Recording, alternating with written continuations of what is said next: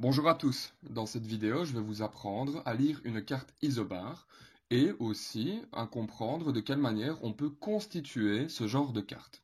Alors une carte isobare, qu'est-ce que c'est au juste? Eh bien, une isobare, c'est une ligne qui va relier des points de même pression atmosphérique. Je vous montre un exemple. Prenons notre beau pays qu'est la Belgique. Eh bien, à Mons, je vais repérer une certaine pression atmosphérique. Je vais repérer cette même pression à Bruxelles, à Liège et à Dinan. J'obtiens donc 4 points où la pression atmosphérique est de même valeur. Eh bien, à partir de ce moment-là, je peux relier mes points et tracer ce qu'on appelle une ligne isobare. Alors, comment est-ce qu'on mesure les pressions atmosphériques à ces endroits-là? Eh bien, des baromètres sont placés à différents endroits géographiques. Ici, c'était dans les 4 villes que j'avais choisies. Je vous ai représenté ici le baromètre en bas à droite. Évidemment, les baromètres météorologiques sont beaucoup plus perfectionnés que celui-là, mais c'est pour vous montrer un exemple. Ceux-ci, ils mesurent en permanence la valeur de la pression atmosphérique des endroits où ils se trouvent. Et ces valeurs sont envoyées dans des stations météo. Et c'est ensuite que les stations météo retracent les cartes isobares. Eh bien, ces baromètres-là, qui mesurent en temps réel les valeurs des pressions atmosphériques, si on doit les replacer dans notre pays, eh bien, je pourrais considérer qu'il y en a ici, ou même là-bas. Enfin, vous avez compris, des baromètres, il y en a partout dans le pays. Évidemment, cela n'est pas cantonné à la Belgique. Si on prend par exemple une carte de l'Europe, eh bien de nouveau, des baromètres, on va en retrouver ici ou là-bas ou encore là, et de la même manière, on va en retrouver partout en Europe. Et ils vont mesurer constamment les valeurs des pressions atmosphériques des endroits dans lesquels ils se trouvent. Revenons maintenant au poids de pression atmosphérique.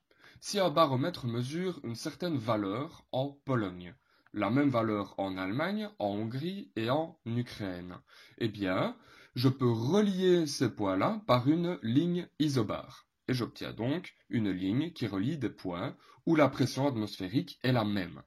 Si maintenant je prends ces différents points qui mesurent également la même pression atmosphérique, de nouveau, je peux tracer ma ligne isobare et je peux répéter l'opération pour ces différents points-ci. Et là, vous ne trouvez pas que ça commence à ressembler à une carte isobare? Alors, le but du jeu de tracer une carte isobare, bien sûr, c'est de déterminer la météo qu'il fera. Et on est en droit de se demander, mais tiens, quel est le lien entre la pression atmosphérique et la météo? Je ne vais pas rentrer dans les détails ici parce que ce n'est pas nécessaire pour la lecture d'une carte isobare, mais vous devez retenir ceci. Lorsqu'on se trouve dans une zone où la pression atmosphérique est inférieure à 1013 hectopascales, eh bien nous nous trouvons dans une zone de dépression. Et il fait mauvais, il fait nuageux. Il y a même des précipitations. Lorsqu'on se trouve dans une zone où la pression atmosphérique est supérieure cette fois-ci à 1013 hectopascales, eh bien on est dans une zone d'anticyclone et il fait beau, il fait dégager, il n'y a pas de nuages. Si je dois résumer ceci, premièrement, j'ai choisi dans les colonnes de vous mettre le nom de la zone dans laquelle on se trouvait et le temps qu'il y fait, en fonction de si la pression atmosphérique est plus petite, donc inférieure à 1013 hectopascales, ou si cette pression atmosphérique est plus grande, donc supérieure à 1013 hectopascales. Lorsque la pression atmosphérique est plus petite que 1013 hectopascales, eh bien, on se trouve dans une zone de dépression, qu'on note par la lettre D dans les cartes isobares. Et il fait couvert, il fait nuageux, et il y a même des précipitations.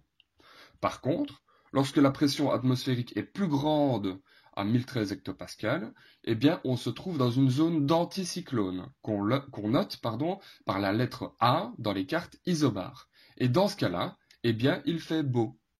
Revenons maintenant à notre carte isobare. Nous savons que la lettre D correspond à une zone de dépression, tandis que la lettre A correspond à une zone d'anticyclone. Intéressons-nous à cette zone d'anticyclone. La première des choses que je vois est que la ligne isobare entourant cette zone anticyclonique est bien d'une pression atmosphérique de 1040 hectopascales.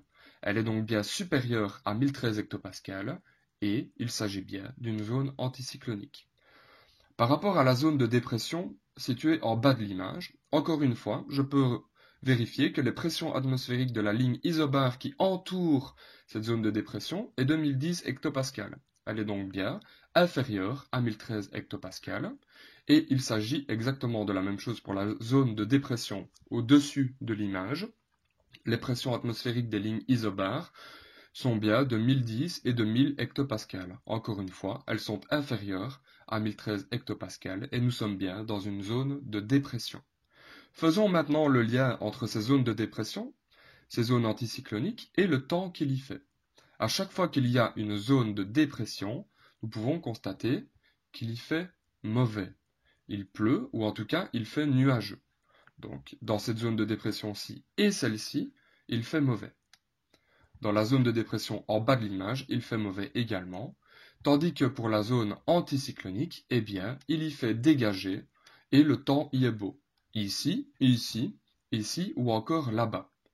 En tout cas, dans toute la zone anticyclonique et dans toutes les zones où la pression atmosphérique est supérieure à 1013 hectopascales, eh bien le ciel est dégagé et il y fait beau.